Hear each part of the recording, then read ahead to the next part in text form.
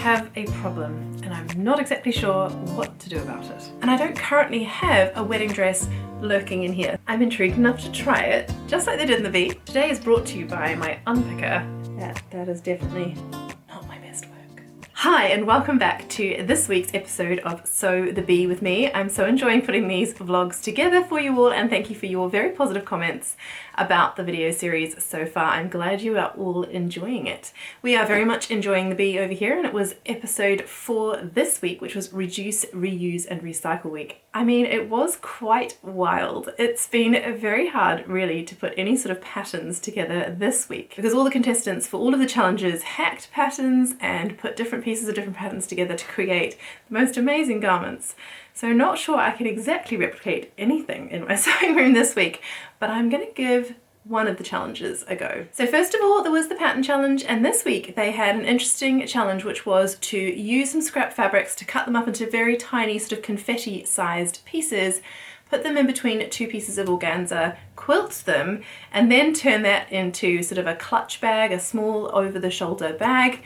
It was a really lovely wee pattern actually. I'm not sure how much I would use a bag like that made from tiny bits of fabric, but I do love the idea of reusing fabric that has gone into your scraps bin that might be too small for anything else. So they had about 3 hours I think for that challenge, which is fair because cutting up all of those tiny fabric scraps took a long time. And it was really interesting to see how they all turned out and how the contestants chose to use colour in those scrap pieces of fabric. So the next challenge was the transformation challenge, and the bees had an hour and a half to turn textile waste into a garment or an outfit.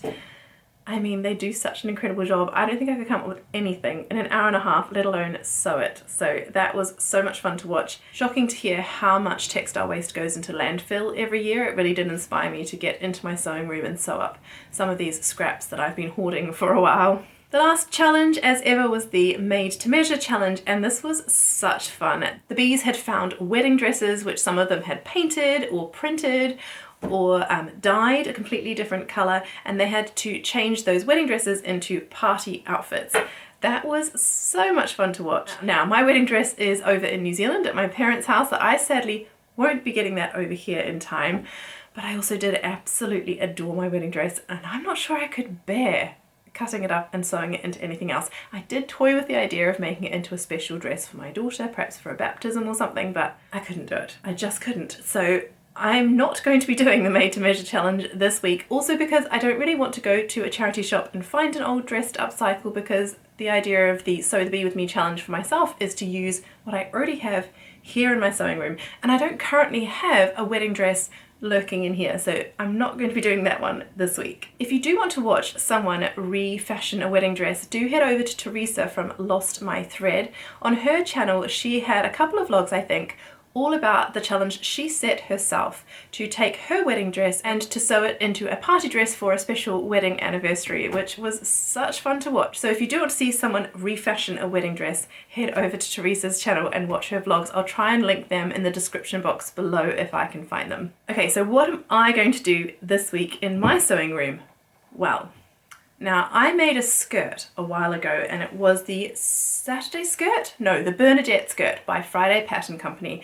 I absolutely loved the pleating detail on the front of this skirt, and then it has darts at the back over the bottom and an invisible zip. I had Liberty Lawn and some viscose scraps left over from different projects, and I patchworked them together to make this skirt. It was a toile of the skirt pattern actually to see how it fitted. Now, sadly, the skirt was a bust. It didn't fit me very well. I loved the pleating over the front, but the darts at the back sat in a very weird way over my bottom. So it is a pattern I want to go back and play with again, because I'd love to put the pleats at the front and the back, but I digress.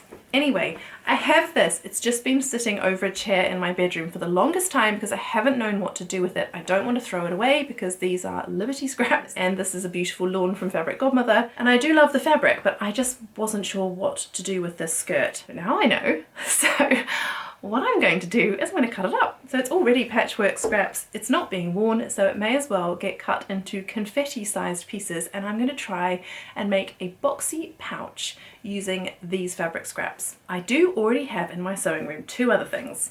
I already have some fusible fleece and I have some organza. I happen to have it lying around. Sometimes I use this in dresses to put a puff under the sleeve head to just make that stand up a little bit if I want some extra puff in my sleeve.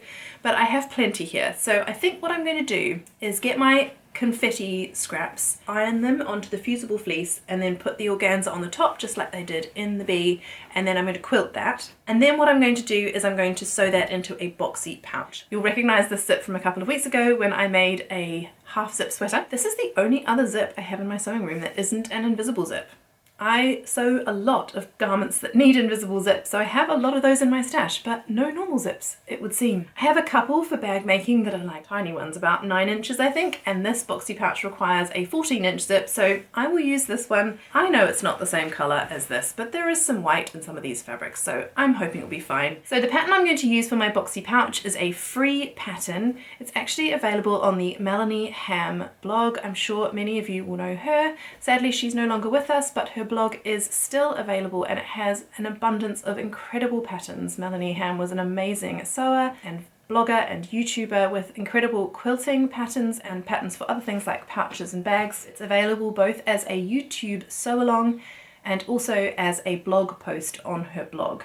So I will link both of those below. It's an amazing boxy zipper pouch with no raw edges on the inside. So this will require lining. Now what I have got is I have got plenty of leftover fabric in this gingham colorway, enough to cut 2 rectangles out to make the lining for this boxy pouch. So it'll have a quilted outside and a lined inside, and it'll be closed with a zip. Easy peasy, right? So I'm really looking forward though to giving this boxy pouch a go, and I'm going to get started right now.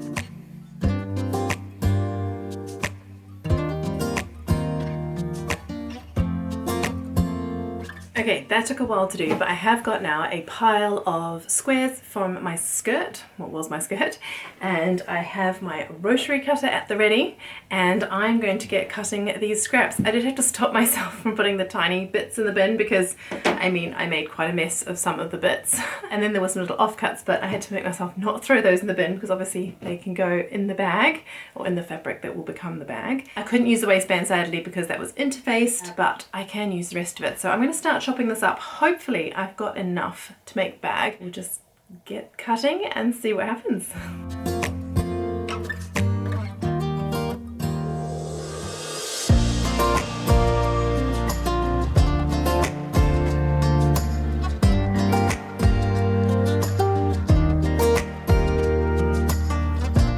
I'll be honest with you, at the moment it just looks like a pile of stuff that should go in the bin. I'm intrigued enough to try it. I love the idea of using scraps. I'm not sure how the finished result will actually look, but we press on. I now have to go for the rest of the day. I am with my daughter this afternoon. She has an early finish at her preschool today, and so I'm going to go and fetch her and we're going to hang out for the afternoon, but I will hopefully get back to this tonight and see if I can quilt this up ready to use as a fabric. Let's see how we get on.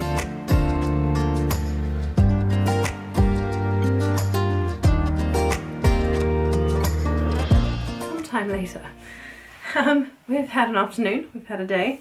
It's been lovely, it's been busy. The children are all in bed, which is lovely, and I am up in the sewing room, and I'll show you if I can lift it up. I have my wadding with my confetti scraps, and I've pinned the organza to the top of it very carefully, and I've fused the scraps, well the bottom few scraps I suppose, to the wadding. So now I get to start the quilting. I'm just trying to decide whether I do straight lines or diagonal lines. I know they did straight on the sewing bee, but I quite like diagonal. However, I think it may be quicker and easier if I do straight lines. So I think I'm going to get started on that now. I'm going to see how much of this I can get quilted up. I think I'll do the squares about 1 inch apart from each other, perhaps slightly closer, just so that I can catch all of those confetti pieces in the quilting. And then I might even see if I can get the pieces cut out tonight, ready to sew up into the bag tomorrow.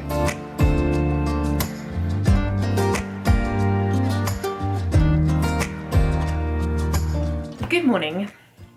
I have a problem and I'm not exactly sure what to do about it. So last night I did get the piece of confetti fabric quilted, and I used this gauge on my machine, which I think is for quilting, and you put it on to sort of set the distance between each of the lines of stitching.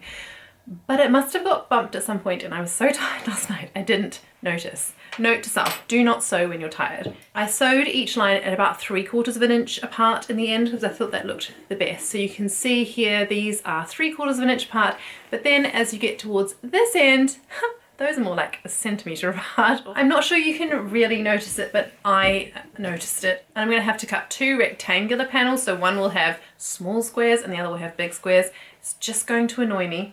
So what I did last night was I just went to bed because I thought, you know what, don't be a perfectionist, just carry on. But I can't leave it. I just can't. So today is brought to you by my unpicker, and I'm going to sit here and get started unpicking half my quilting from last night.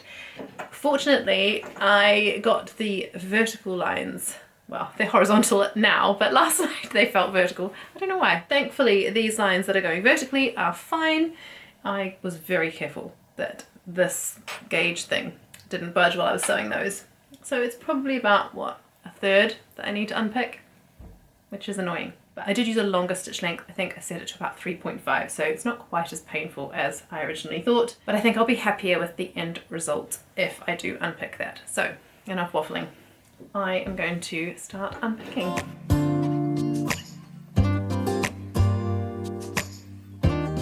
Okay, I've done it. I have re-quilted my confetti fabric. I'm interested to see how this turns out. I'm glad I didn't make it into a handbag type thing because I'm not sure I would use it. It's an interesting style of like textile, and perhaps if I used more neutral fabrics it might have quite a different effect, but I'm glad I'm giving it a try and it's not finished yet, so I should probably hold off my assessment until the end of the video. But anyway, I have now got a piece of quilted fabric with all the squares that are the same size, so I'm feeling much happier about that. So what I'm going to do now is I'm going to cut out my pattern pieces. So I need 2 rectangles from this that are 11 inches by 8 inches each. And then I need 2 lining pieces. Now I have a very interesting shaped piece of fabric here, which is remnants from various bits and pieces, but mostly from an everyday dress I made. So I'm going to cut out 2 rectangles that are 8 inches by 11 inches in this fabric, and then I'm going to cut out a strip of fabric that I can turn into some tabs to go on either side of the zip. Like I said, all of the measurements and the instructions for this are in the Melanie Ham tutorial on her blog or on YouTube. I'll put links to that in the description box below. This isn't going to be a full tutorial because she's done a brilliant one, but I hope you will continue to follow along on the process as I try to sew this up.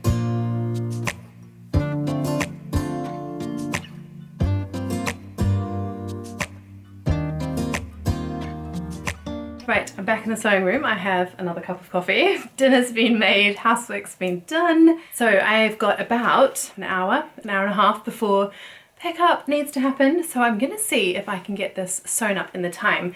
I have cut out all the pieces, so I've got my front and my back of the pouch. Then I've got my 2 lining pieces along with a gorgeous label that I want to pop in there. I have my zip from my stash. I mean, I wish it was navy blue, but it is what it is. And then I have this piece here, which is going to make the zip tabs on either end of the zips. So I'm going to get started on this now, and hopefully I'll get back to you in a little bit with a finished pouch. Let's see how we get on.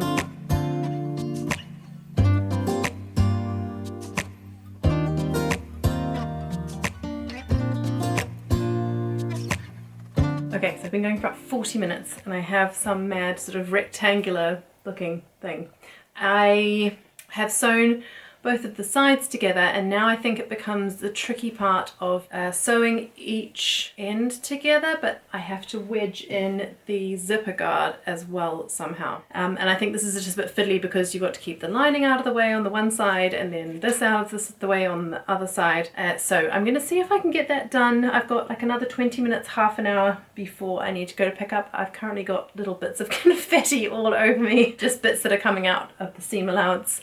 Fortunately, I left my quilting lines quite close to where I cut my fabric, so that if any fabric does come out, that's hopefully in the seam allowance, so it shouldn't be too much of an issue. I am covered in little bits of blue fabric, which is fun. So far it's been fine. I always find bag making quite fiddly. It's quite hard to get footage because my hands are all over the fabric trying to negotiate little bits of bag. So I hope you've enjoyed seeing what you've seen so far. It is coming together nicely. It's not hard, it's just fiddly. You will notice I've got quite a lot of zip left over. I think I will cut that off at a later point once I have sewn the zipper tabs in. So yes, I'm going to carry on and I'm going to see how much of this I can get done before I need to go on the school run. That was a very tricky step. You have to sew the lining to the zip, but keeping the outer side of the bag with all the wadding out of the way for a tiny 1/4 inch seam. So tricky and so fiddly. It is definitely not my best sewing, but it's going to be on the inside of the bag, on the inside of the lining of the bag actually, so no one will ever see it. And we can pretend it's much tidier than it is. I'm not usually one for messy sewing. That is definitely not my best work.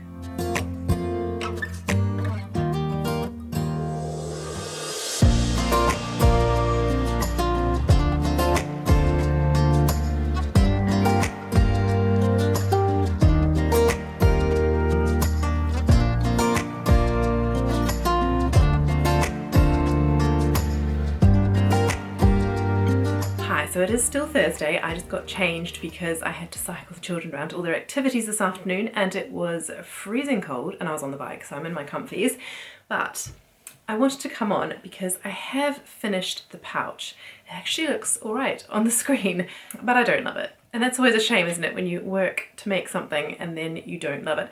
I can't pinpoint what it is. It's not the pattern. I actually really like this boxy pouch pattern. I think it's a really nice size. I like the boxiness of it because it would be quite good for storing things. And it's free and it comes in I think 3 different sizes. This is the medium pouch. There is a smaller one which looks so cute and then a larger one which would be so handy for like a makeup bag or a toilet bag, perhaps for travel. I think the blog post and the YouTube vlog particularly are so helpful. I would make this pattern again. So it's not the pattern. I don't love this shiny organza. I have seen other tutorials where people like do crazy quilting, I think is it called, or free motion quilting over the top of all the scraps to keep them in place, but I'm still sure that the tiny little scraps would go everywhere, which is what's been happening today anyway.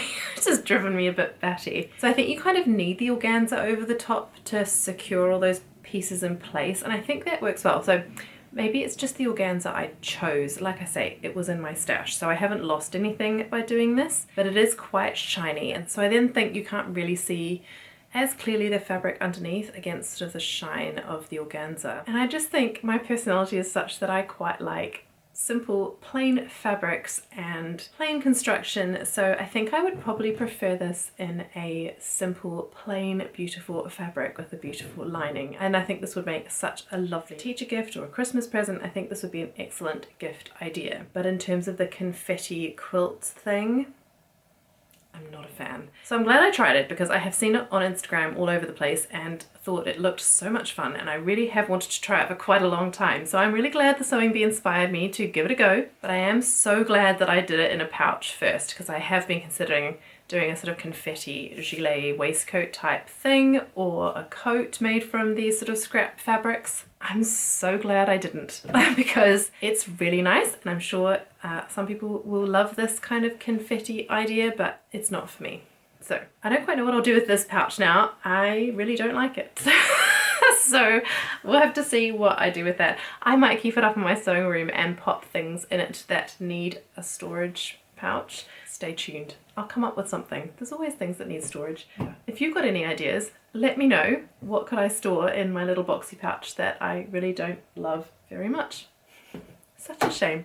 But do you know what? Not everything can be a success. That's life, isn't it? Sometimes you win, sometimes you fail. And that's okay. I've learnt a lot, I have to say. I have learnt quite a lot from this process of making the bag, so nothing ventured, nothing gained, and I've certainly learnt something along the way. Now, to finish the video on a more positive note, I thought I would share something that arrived earlier this week. It's a new pattern. I'm very excited about making it, and it is the Tilly and the Buttons Nell dress and blouse. Now, hopefully you can see that. It is nighttime, so I've got all the lights on. I really want to make this version here, which is the midi length dress with short sleeves and skirt pockets, patch pockets on the skirt. I think that's such a great dress for the summer. I can see myself reaching for that on a daily basis. It looks like a really easy breezy one to wear. I have seen a few vloggers make it up already. I think Ruth, who's Seamstressed Ruth, I'll link her vlog below, has made a version recently and it looked amazing. So she's really inspired me to get cracking on this one and get it sewn up.